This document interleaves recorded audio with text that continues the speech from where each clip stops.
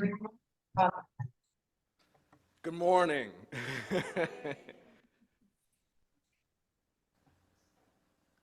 The land on which we gather in worship is the ancestral and unceded territory of the Ahashiman and Tongva tribes. And we acknowledge these indigenous peoples as traditional land caretakers who, in the face of settler colonialism, continue to claim their place and act as stewards to protect their ancestral lands as they have for the past 8,000 years. We offer our gratitude to the people of the First Nations for their care of the earth and for their teachings. And with humility, we commit to learning and working on behalf of justice. My name is Don West Jr., and I am serving as your worship associate this morning. Our AV techs are Dale and Doris Gorecki, so thank you so much for your service. And I'd like to take a moment to acknowledge Paul, who opens up the building and handles so many things during the week, everybody who has a hand in helping us run and function, because it takes a community for us to exist and to do what we do. So thank you for everyone for joining us at the fellowship this morning. At UUFLB, we are a welcoming congregation with a commitment to work together to actively dismantle systemic racism and oppression in all of its forms. Unitarian Universalists subscribe to no single religious creed, but have gathered a set of principles that guide us as we build religious community together. The 7 principles that Unitarian Universalist congregations affirm and promote are on the back of your orders of service. They're also available on our website, uulagunabeach.org. I invite you to look at them. And we have a poster in the entryway of them as well. Whoever you are, whomever you love, no matter your age or gender, your ancestral or ethnic background, and whatever sincere questions that bring you to us today, whatever has brought you here this morning, we welcome you to our community of mutual caring and serious intent to grow as spiritual and ethical beings, a community which supports each other as we work to make a difference in our world. Throughout the service, if you're here with us in the building, I invite you, if you have something on your heart that's a joy or a sorrow, to come forward and light a candle in the sanctuary in recognition of whatever you're carrying. I myself am going to take an opportunity at some point to light a special candle for our board president, Oakley Frost, who isn't with us today. He's currently recovering in the hospital, but we'll talk a little bit more about that when we get to the announcements. But that's what I'm going to do. So I invite you perhaps to take up that same idea and do the same. On the slide that Dale is going to put up for us momentarily are going to be our upcoming services.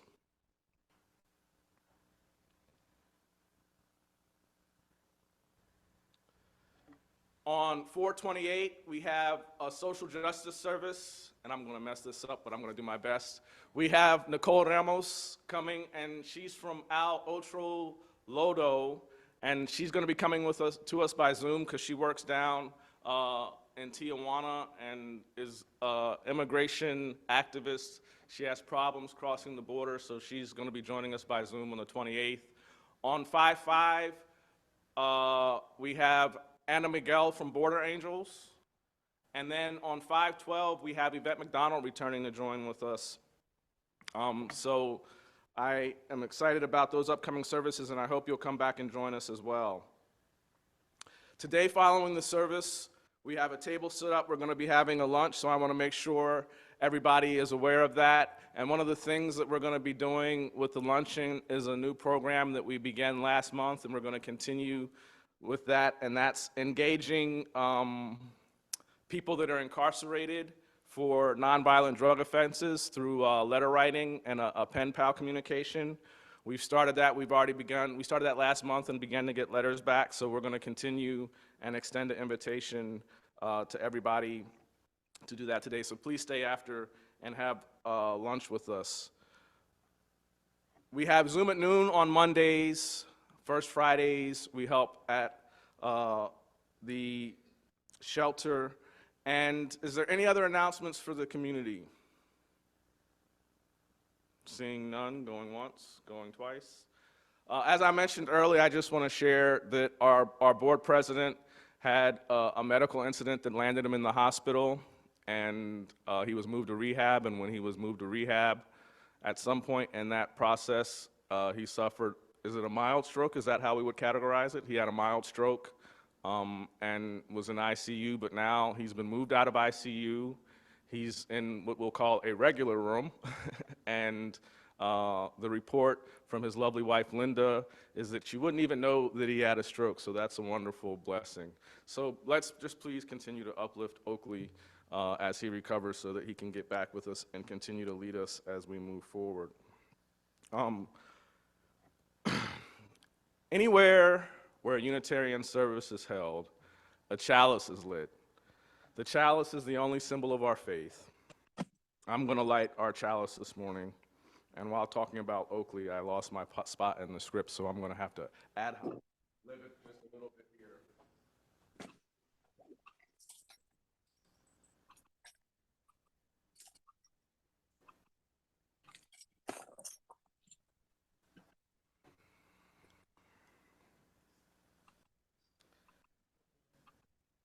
While I find my place, I'll share with you that over the past 18 months, every time I do my service, I prepare in terms of my process a different way because I'm trying to find my stride. I haven't found my stride in terms of I know what I'm doing and know how to do it. I keep trying to tweak it and get it better. So I'm sorry that you guys are the lab rats.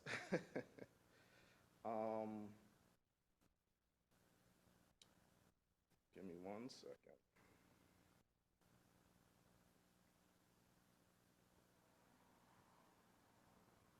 If you'll excuse me for 1 second, I'm going to grab my laptop because I'm not able to pull it up. I apologize for losing this extra camera angle, but I think you would rather me be able to talk to you more coherently.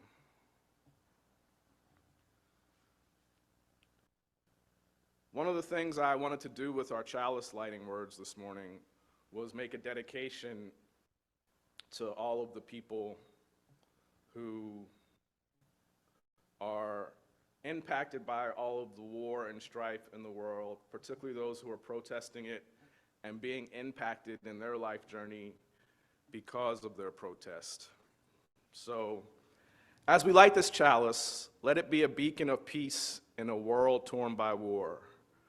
May its flame remind us of the enduring courage of those who protest against violence and strive for harmony amidst chaos.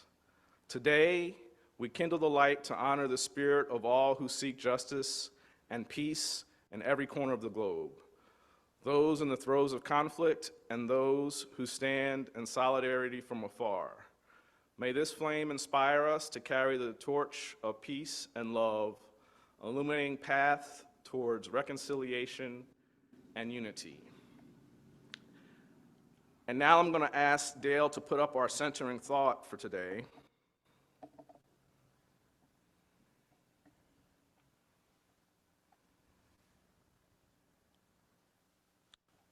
And if you guys would join me in reading the centering thought, and if you're at home on Zoom, I invite you, it's that one there.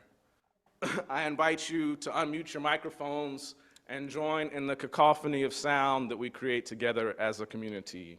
So let's read this all together.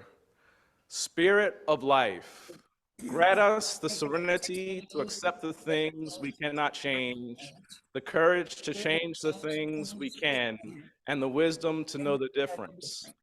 Help us to live one day at a time, to enjoy each moment at its fullest, and to accept hardships as pathways to peace.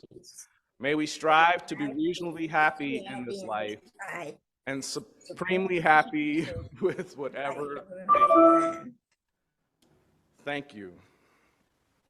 Now, some of you guys may have recognized some of those words as the Serenity Prayer.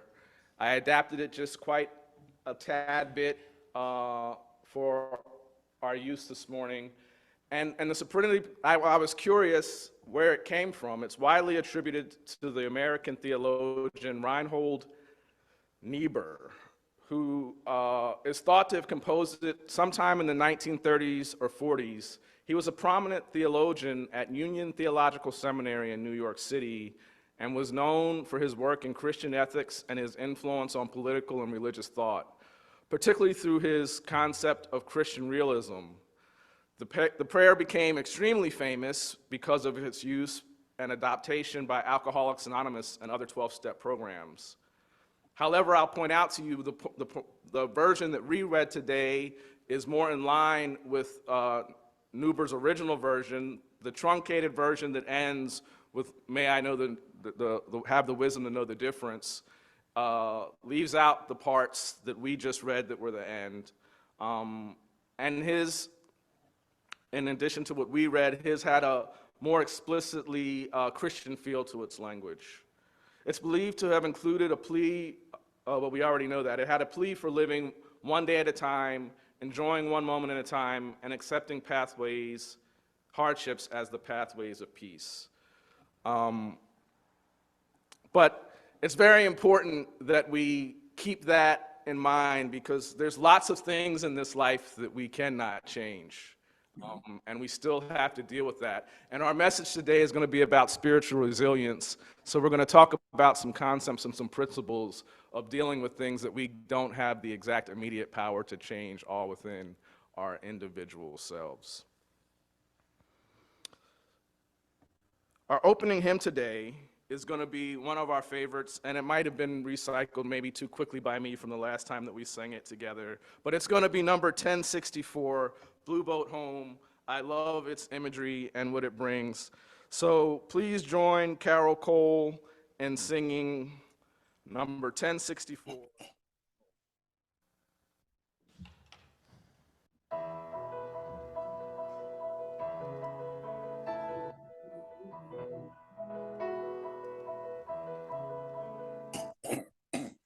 Though below me I feel no motion, standing on these mountains and plains, far away from the rolling ocean, still my dry land heart can say, I've been sailing all my life now, never harbor nor port have I known. The wide universe is the ocean I travel, and the earth is my blue boat home.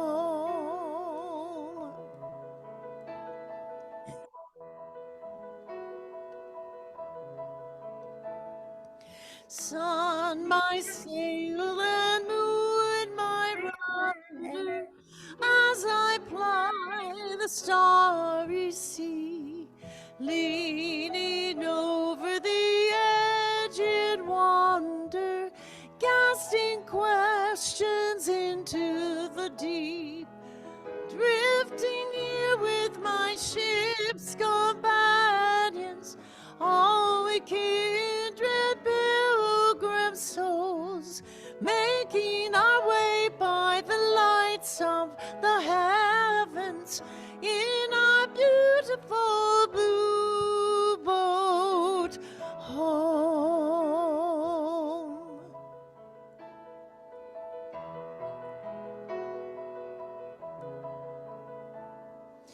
I give thanks to the waves upholding me, hail the great winds urging me on, greet the infinite sea before me, sing the sky my sailor's song.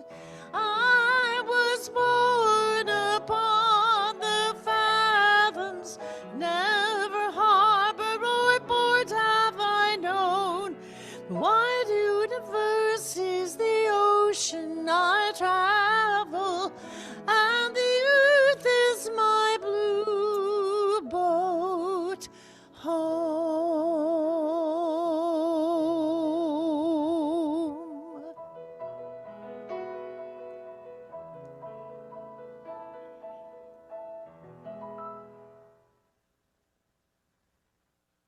Remain standing. And the unison affirmation is going to come onto our screens. I invite you to say these words if and when they feel right for you.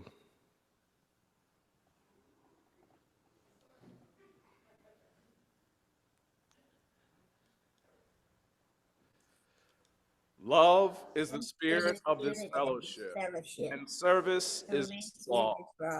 This is our great covenant, to dwell together in peace, to seek the truth in love, and to help one another.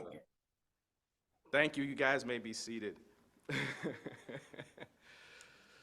We're actually embodying that in some small microcosm of a way in the cooperation and contribution that's coming from our AV team. It's a brother and sister team in the back, and they're doing an excellent job because if you don't do it normally, it's not usually easy to do. So we want to extend our appreciation and thanks for Dale sitting in for us. And hopefully it won't be so bad that you will come back next week because we're going to need you, brother. So, no, we're doing great. We're going to get through this, and it's not a problem. I wanted to go back to our opening song and share with you why I actually chose John Coltrane, not particularly the song itself, but why I chose John Coltrane.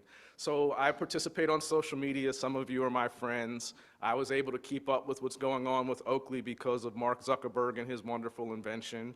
And then one of the posts that we had, there's a graphic on there that has like a picture of a man, a saxophone, and a star, if we can put that up.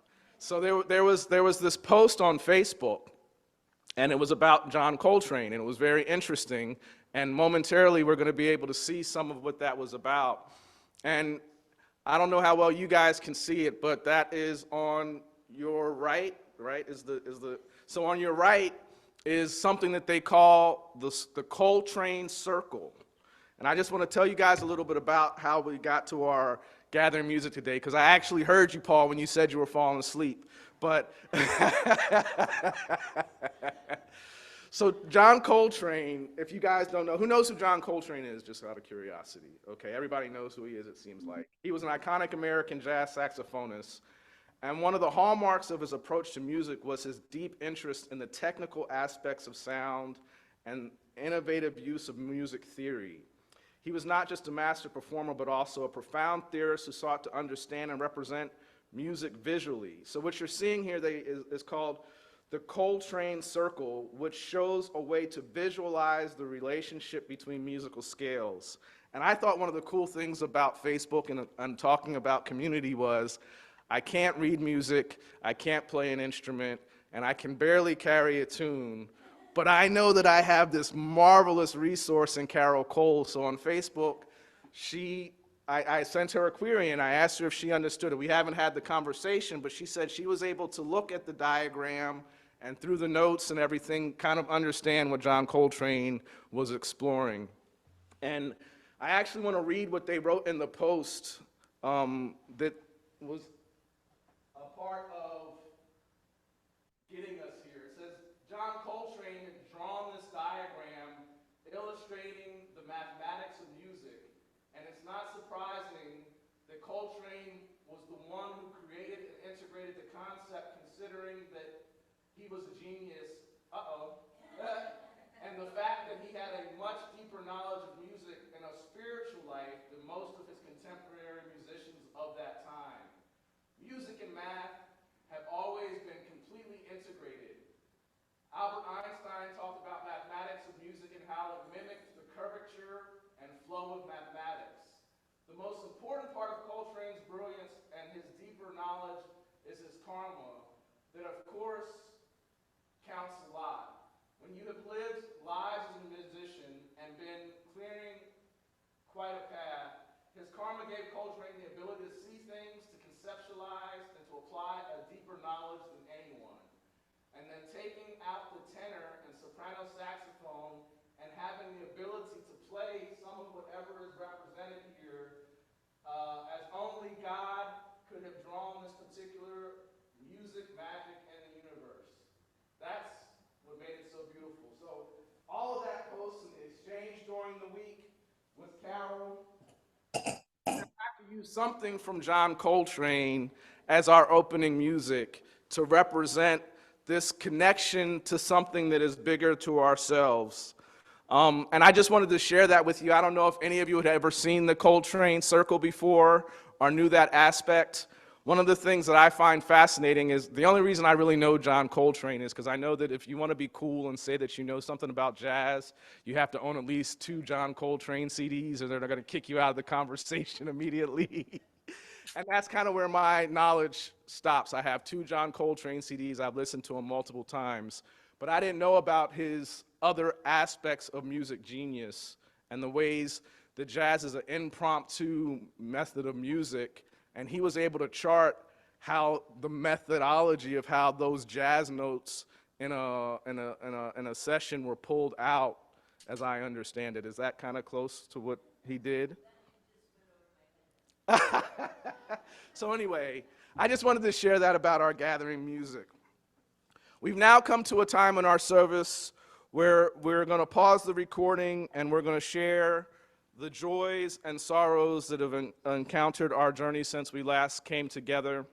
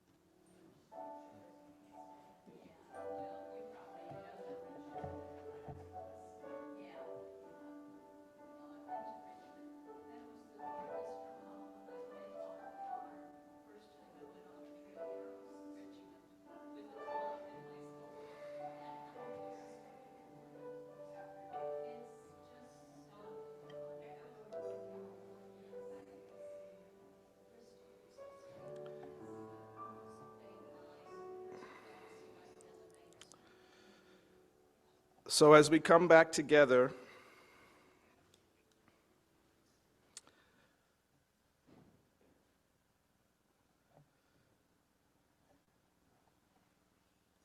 we're going to go to the next phase of our service, which is going to be our offertory.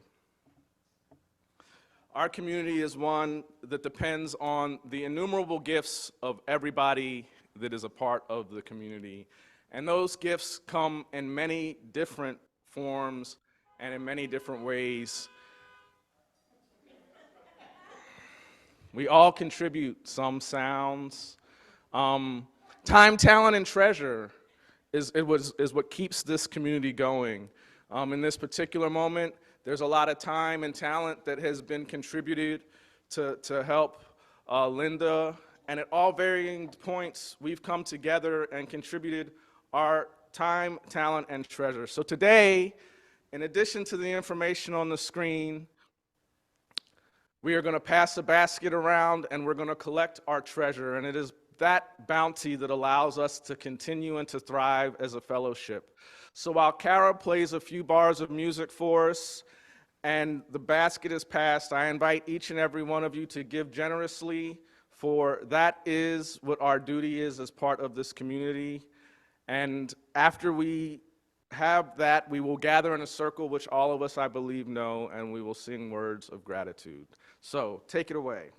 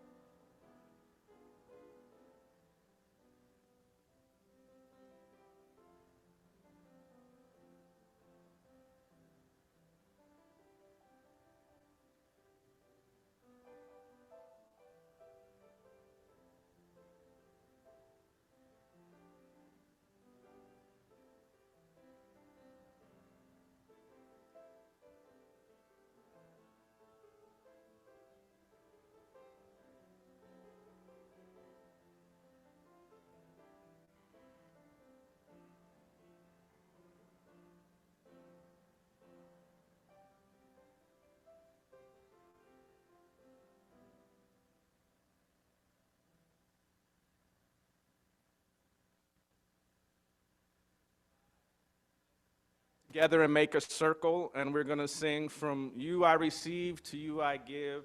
We're going to sing it through twice.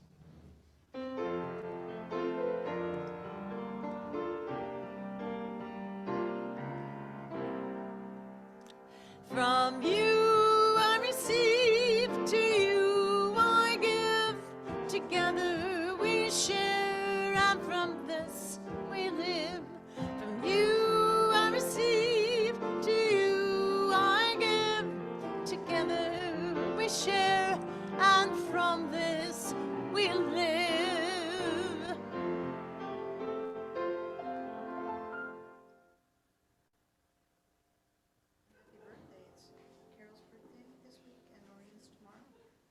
No one told me. Well, I have been advised that there are some birthday ladies in the house. Is this true? So, the lovely and incomparable Carol Cole, apparently this is her day. Almost. When is it? So we have Carol Cole, and the name that we all love to say, Noreen Kukkonen. It's birthday time, so let's gather together in voice and wish these two lovely ladies some happy happies. If you don't mind leading your own song, I'm sorry. Okay, we're going to jazz it up for us.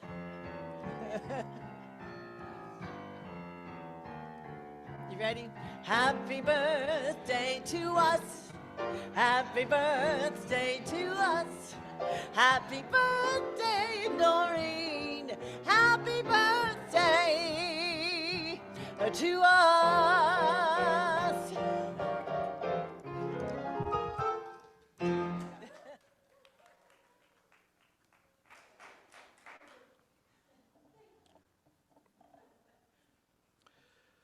We've now come to a time in our service where I'm going to invite you into a space of meditation, reflection, and prayer. You may want to find a comfortable position, sit as erect as is comfortable and possible for you, and begin to breathe deeply with me as we breathe in and breathe out. Breathe in and breathe out.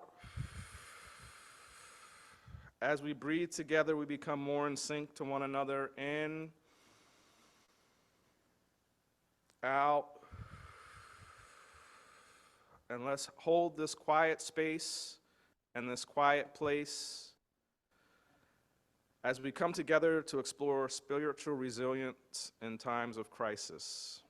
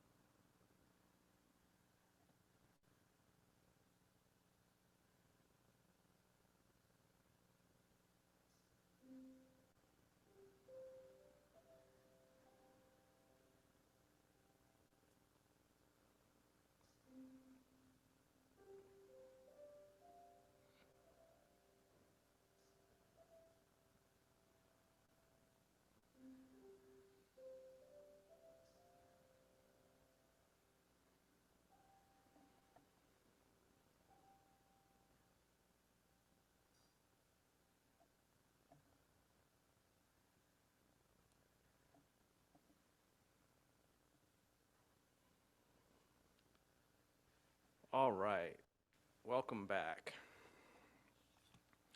The title of our talk today is Spiritual Resilience in Times of Crisis. And Dale, if you can bring up the slides for me.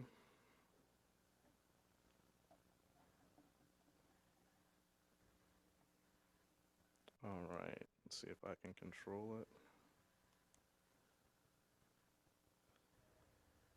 Oh, hold on 1 second. Give us 1 second. Stand by. We're going to do a restart.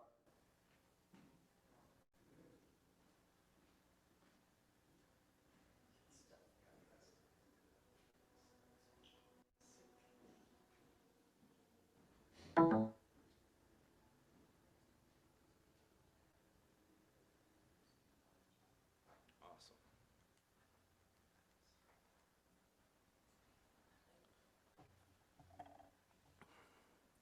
So, today we're going to talk about spiritual resilience in times of crisis. And one of the things that I remembered was that the first video that we ever did when we started recording videos was somewhat on this topic. So if you put the slide up, when I was looking to see what he said and who it was I can't see that back screen. Stephen Morrison. That was in January of 2020. That's the first time we did a recording of one of our services and put it up to YouTube. And the title of his presentation for us that day, sorry to the people on Zoom, the title of his presentation for us that day was Spiritual Workout for Politics. I don't know if you guys remember, Spiritual Workout for Politics. But there's something that I just wanted to point out, two things of celebration for us as a community before we really get started. When I was looking to see what that first video was, I noticed that we had 168 videos on our YouTube from over the past 4 years, and I thought that was pretty awesome that we've been able to develop that much content and record it over the past 4 years. And then this is just something else that's about some of our progress and activity over the past 4 years. On the other side there, you guys remember back in October of last year when we first did the 8th principle, and I told you how many congregations had adopted the 8th principle at that time. At that time, it was 223 congregations had adopted the 8th principle, and as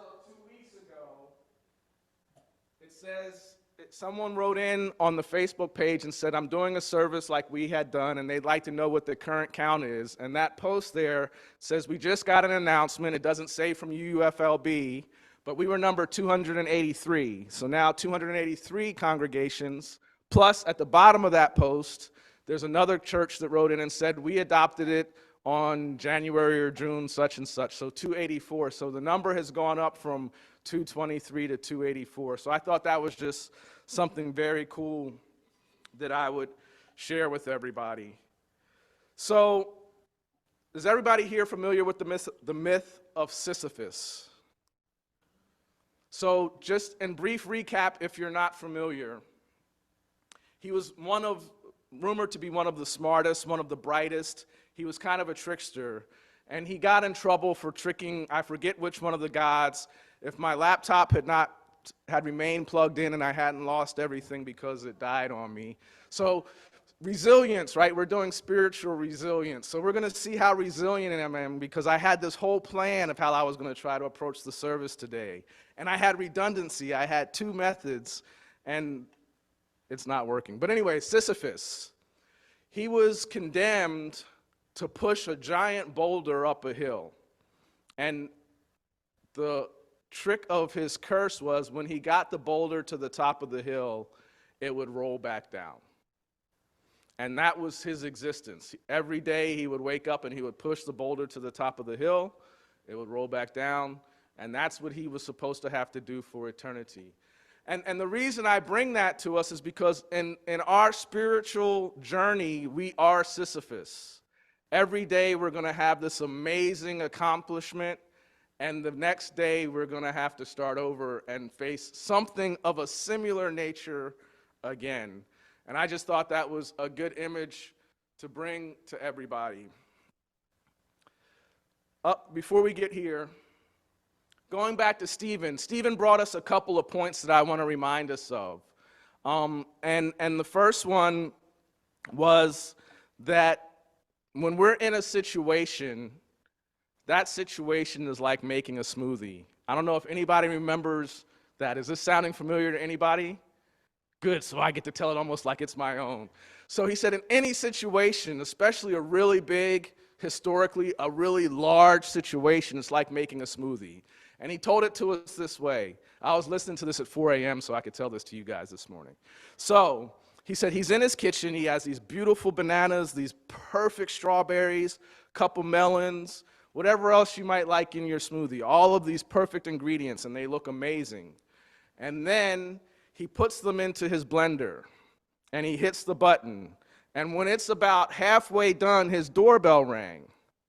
And he walked away and went and answered the doorbell. And so when he comes back, he says that's us in most instances of time in any situation. When you come back and you look at the smoothie, he said it's a disgusting mess. It's mushy half banana. Everything is all jawled together. There's destruction. There's grossness. And he said that's the middle of the process. And then he reminded us that you can continue to press the button and let that process go throughout its entirety, and then you have a beautiful, uniform, homogeneous mixture that pours out with a little thickness to it, and it actually looks appetizing, and you have a beautiful smoothie. And so he reminded us that that's how any situation is because of time and our perspective. At any point when we look at the situation, the only thing we can see is the middle of the process, because in recorded history, there's some disputes as to what that is and how long that is, but it's definitely thousands and thousands of years. And with a lifespan of 70 to 100 plus years, thousands of years doesn't allow you to see the whole process of the smoothie being made. You only get to see a snapshot of the smoothie. And many times we come in the middle when everything looks like destruction and feels like a mess. And so what do we do when we have to live in the middle of the destruction and the mess? The first thing we have to do is we have to recognize that our beliefs matter. The things that we think matter. And why is that? You cannot teach somebody something that you do not know. You cannot example for somebody something that you do not do, right? And so here in this community, we have our 8 principles that we affirm and promote, and we have to develop what we'll call positive habits. That's why I was intending for us to go through month by month each of these to develop some positive habits, because our beliefs matter, and when we show up and we can only example for somebody, teach somebody, or do for somebody things that we actually do for ourselves on the regular basis. We can't be a bigger container than ourselves. Last week, unrelated to anything that I'm talking about and going off of the cuff, one of my favorite movies is John Wick, right? I don't know if any of you guys are familiar with John Wick. It has one of the greatest actors of our time as its lead, Keanu Reeves. People rave about his ability to deliver the lines because they're stellar.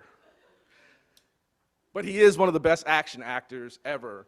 And in John Wick 4, there's this amazing scene where he goes to see the Marquis, something, which is French, and I will butcher French, so I won't do it. But he goes to see the Marquis, and it isn't John Wick, it's another character. But the point is, the Marquis says, "My father always taught me that how you do anything is how you do everything." And that just stuck with me all this week. How you do anything is how you do everything. Because again, if you're a chain, you, this person that's sitting here looking at me, if you're a chain, you can't be any stronger than your weakest link. And because you're the chain, you are your weakest link. And you can't be any stronger than your weakest link.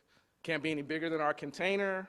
We can't teach something that we don't know, and we definitely can't example something that we don't do. And this is another one that I love. It says, you can't learn how to ride a bike in a book. That's our spirituality. We can't learn how to be spiritual practitioners in a book. It's like riding a bike. I don't care what you read about riding a bike. Until you get on that thing with no training wheels, you haven't had the experience. The next thing that we have to do, and I'm so proud of our community right now, is you have to show up. It's like 90% of the thing is showing up. And so we've had an example with the situation with our board president, and I've witnessed through my little keyboard of Peeping Tom in Henderson, Nevada, I've witnessed reports of people showing up, including I keep staring into the lovely eyes of Linda, and that's because of the wonderfulness of Mike showing up. Am I correct on that? And that he was the way that you got here today. And have you seen Oakley every day this week?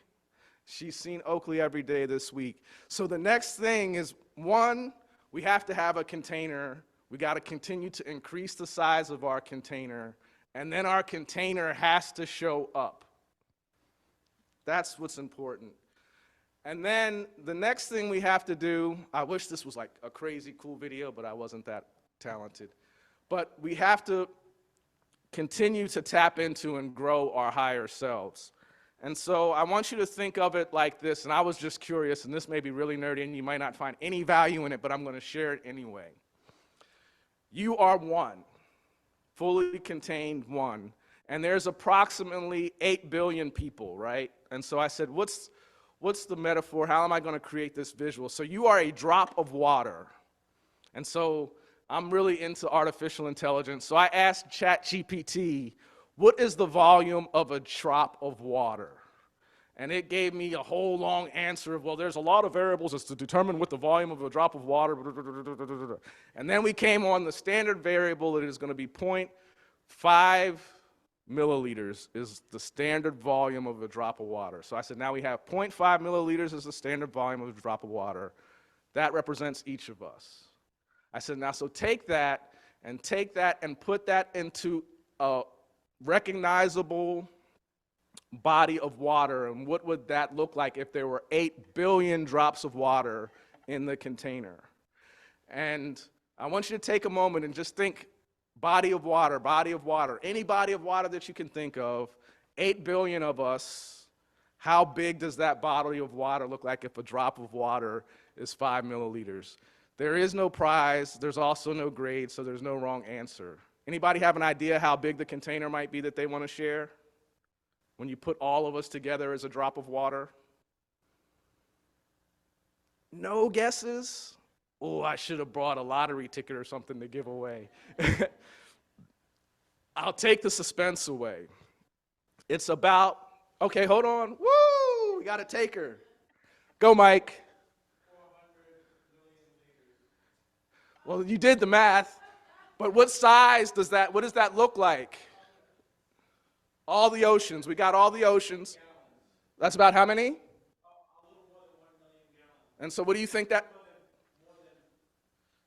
We got all the oceans and we got gallons. I need a body of water. Give me a container. Tell me what you think that looks like.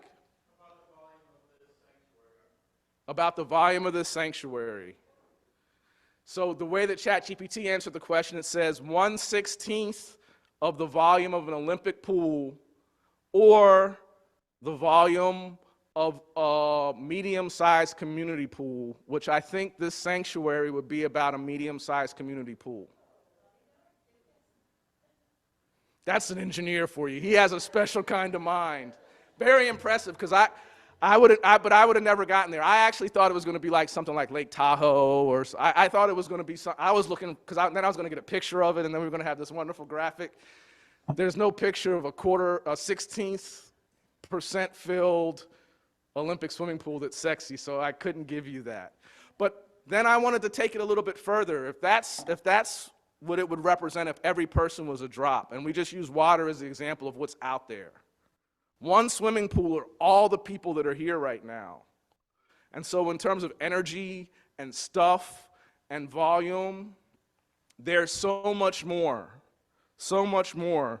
But I don't know if you guys caught it, but I'm going to give it to you again so you're going to get to see it. This is why the water thing and the drop is important. I want you to conceptually think about it because I think it's cool. Whatever all that stuff, the ancestors, the future, the potential possibilities of all the oceans, of all the lakes, of the clouds, there's a lot of water here. Ooh, did you guys see? They just discovered there's a subterranean ocean that's 7 times the size of all the surface water. Did you see that? 7 times the size of all the surface water, there's another subterranean ocean. So now what is the possibility of a drop? And what is the power of a drop? So watch that first video that we had and watch what a drop can do. If you have, some of us can conceive and believe in that we came from a perfect oneness. It was just a perfect oneness. And then what does one drop of something that's different do? Watch this little graphic and see what I'm talking about. Up. Can you see if you can make that play for me, Dale? One more time. Oh, now look what this drop does. We have a bunch of clear liquid, and then we have a drop of something that's not clear. It has a great impact, and at the end, it completely takes over. I don't know why it's going so slow. It's messing up my big reveal. There it is. And what I think of when I see that last part is we have to be, as spiritual practitioners, we have to be very mindful of how we keep our container, our drop. Because that last thing is like a mob mentality. The drop is contagious. It happens at concerts. It happens in religious gatherings. You feel what's around you. You get hyped up. You get excited.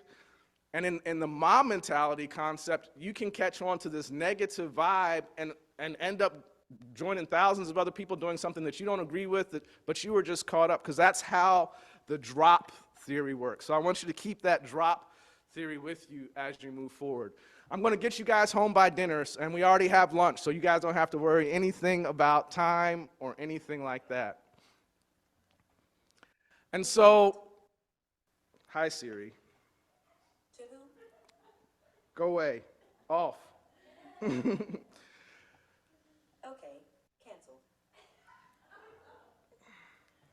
canceled. It's a brand new world. When I was a little kid, I used to watch the Jetsons, and I trip out because I'm living in the Jetsons. Like, food comes out of the microwave. I go on these long escalators that go for forever at the airport. I have ChatGPT telling me questions like how much volume is in a ocean of people or a pool of people. I wanted to leave you guys with some practical things that you could do in being spiritual growth mechanisms. So, are any of you familiar with Eckhart Tolle's The Power of Now? A few. So Eckhart Tolle's teachings in The Power of Now focus on the importance of living in the present moment to achieve spiritual enlightenment and emotional peace. And here are just some of the main points. Living in the present. And I just want to share this about what is the present, because I thought this was a great understanding and visualization. Right now, here in this room, this is the present. When I think about 2 years ago, how Carol Cole's Kansas City Chiefs beat my Philadelphia Eagles, it causes me a little bit of depression. These are facts. And that's not now.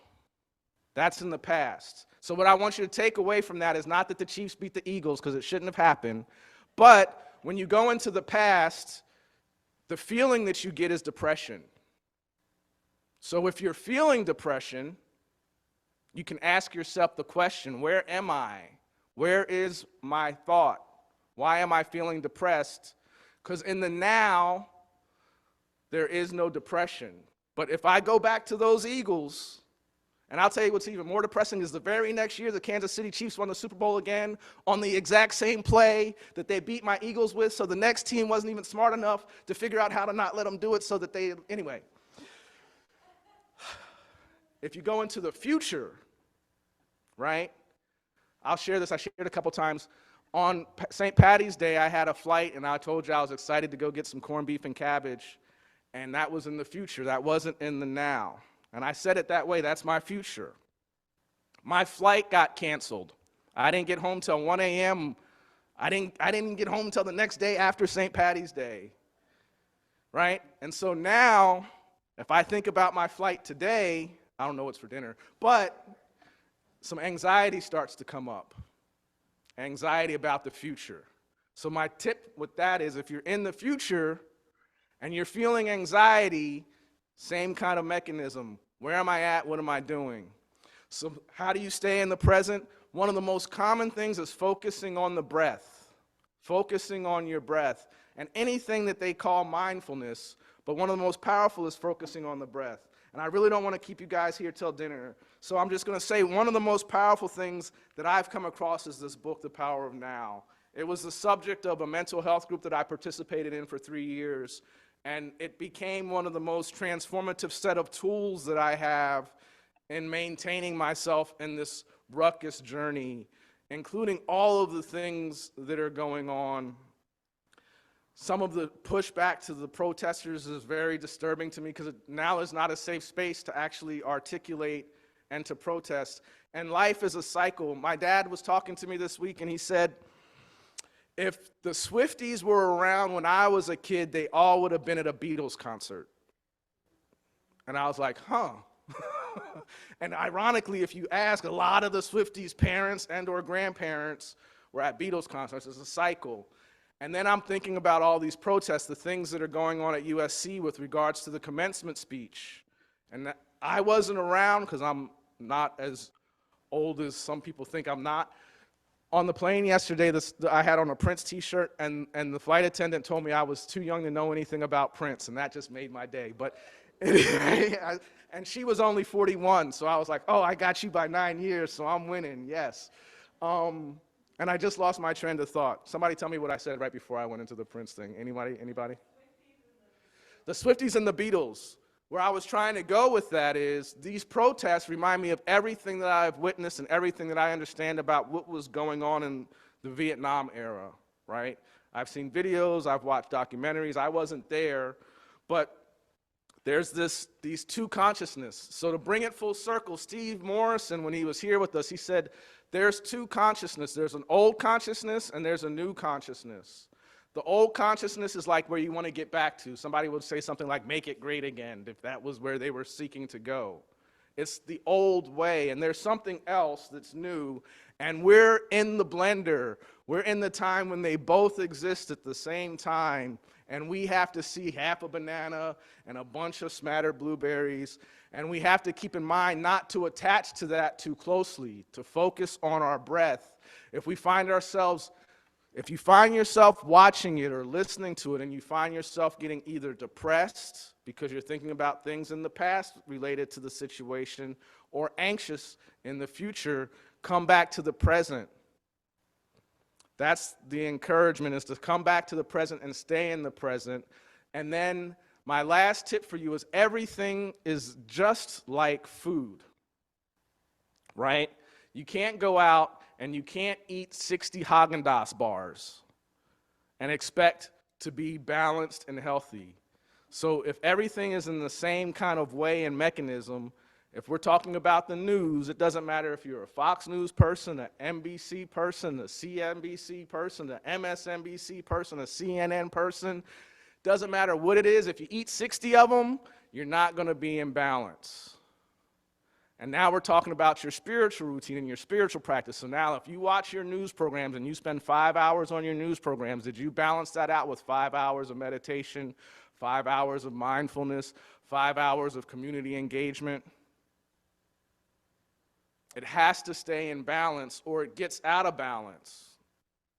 It's the beauty that Coltrane was able to see in the harmony of the notes. There's a math to it all. That's why I say it's food, because all food is it's delicious, but at the end of the day, it's X number of calcium, X number of fiber, X number of things. They all come together. They have a caloric intake. It's math. When you take it in, your body's going to burn so much, it's going to create a certain amount of waste, and it's just math. And there's balances, and if you're out of balance, it shows up in different ways. Everything is just math. That's what Coltrane was showing us. So I tried to weave a whole lot of things together for you guys today, and I had it even more tightly packed. So I hope that gives you some practical, applicable understanding of spiritual resilience. And when we think of this, can I get back on the, are we on? There we go. So when we think of Sisyphus, we have to envision him as happy. That's our responsibility in our container. We have to envision Sisyphus as happy so that we, as we continue to go through our daily incarnation of Sisyphus and our regular challenges, we continue to grow. We continue to emulate light into the darkness that we face. I just want to tell you one other thing. He said, Stephen told us in his talk 4 years ago that when you're encountering somebody you disagree with, whether it's politics, any idea, he said it's very important that you speak from the first person. So as an example, if you're talking about the border, since we're about to have some border visitors and we might have conversations about the things that we're seeing, when somebody says, I don't believe those persons should be here or come here or whatever, he said to talk about what you believe, and in these ways, maybe as a Unitarian Universalist. You might say, well, I believe in the inherent worth and dignity of every person.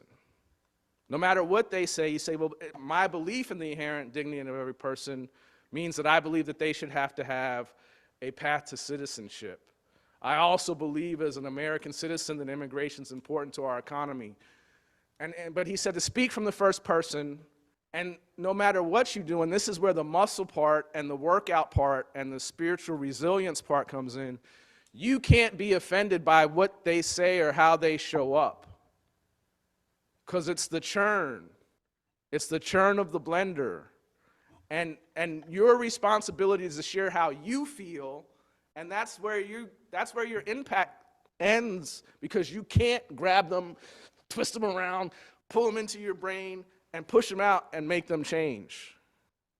And what he said is you have to be spiritually mature enough to agree to disagree. And that was impactful as he was closing. You have to be spiritually mature enough to be able to engage, be willing to change if you get information that is going to change, and if the information doesn't change, to be mature enough to agree to disagree and to make space to move on so no other further injuries occur. Because we're in a space where there's lots to disagree about on all kinds of subjects, on all kinds of things, because the world just keeps getting bigger and more complex. So I hope you remember that beliefs matter, you have to show up, and you have to build your container. And with that, I say, may it be so. Blessed be, Ashe, and Namaste.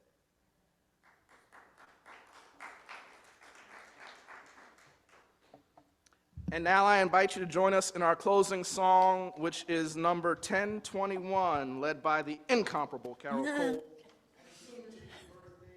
1021, Lean on Me. Sing it with a lot of feeling, but I picked it specifically because of what the words say. So let's do it.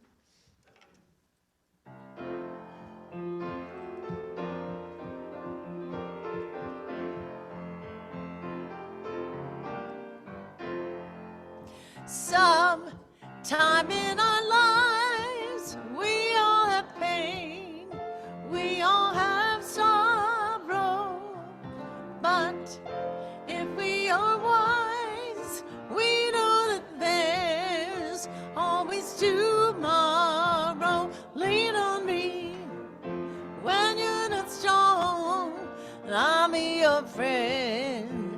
I'll help you carry on, for we won't be long till I'm gonna need somebody to lean on.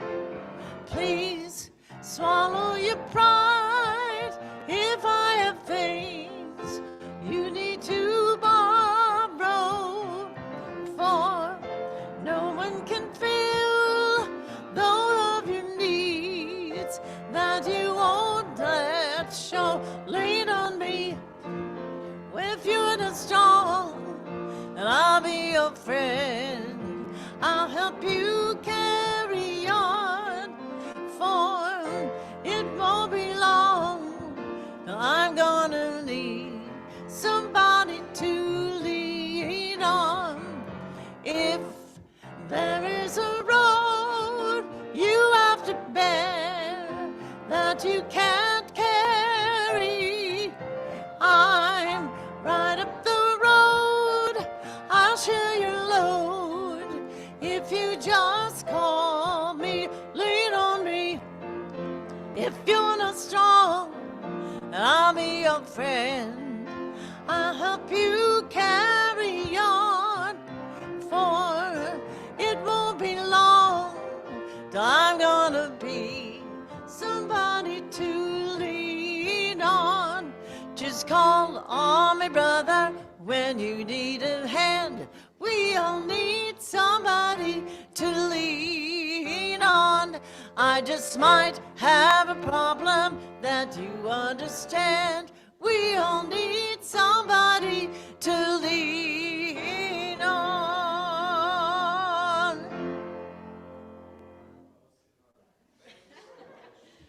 Please have a seat. As we extinguish this chalice, let us not dim the light of peace that burns in our hearts. May its smoke rise and carry our prayers for safety, healing, and peace for all souls touched by war. We hold in our thoughts the protesters, the warriors, the refugees, the restless hearts in safe lands. And we commit ourselves to continue the work of peace in the words we speak and the actions we take.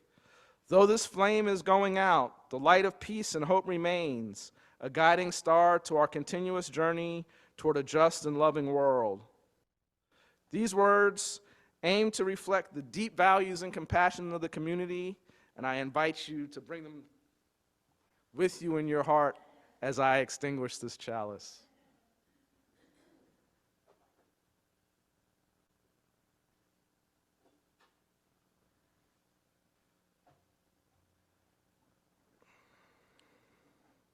Spirit of life and love, we hold in our hearts today all who labor in peace in a world too often scarred by war.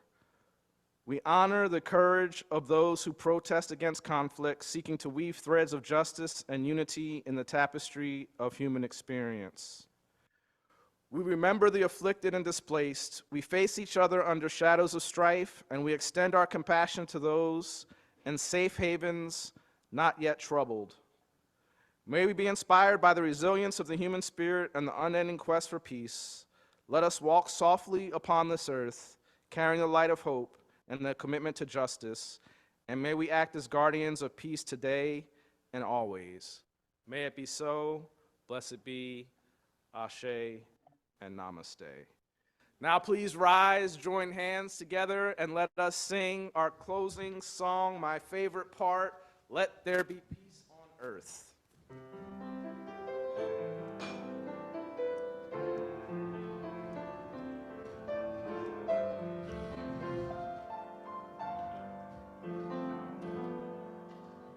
Let there be peace on earth. Let it begin with me. Let there be peace on earth, the peace that was meant to be. With earth as a mother, we are family.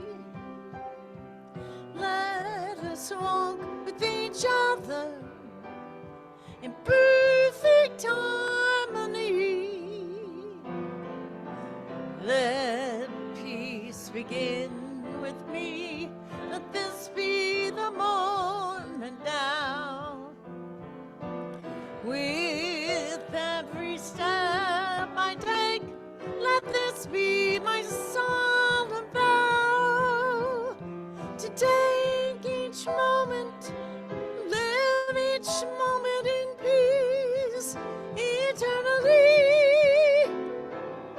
Let there be peace on earth. Let it begin with me.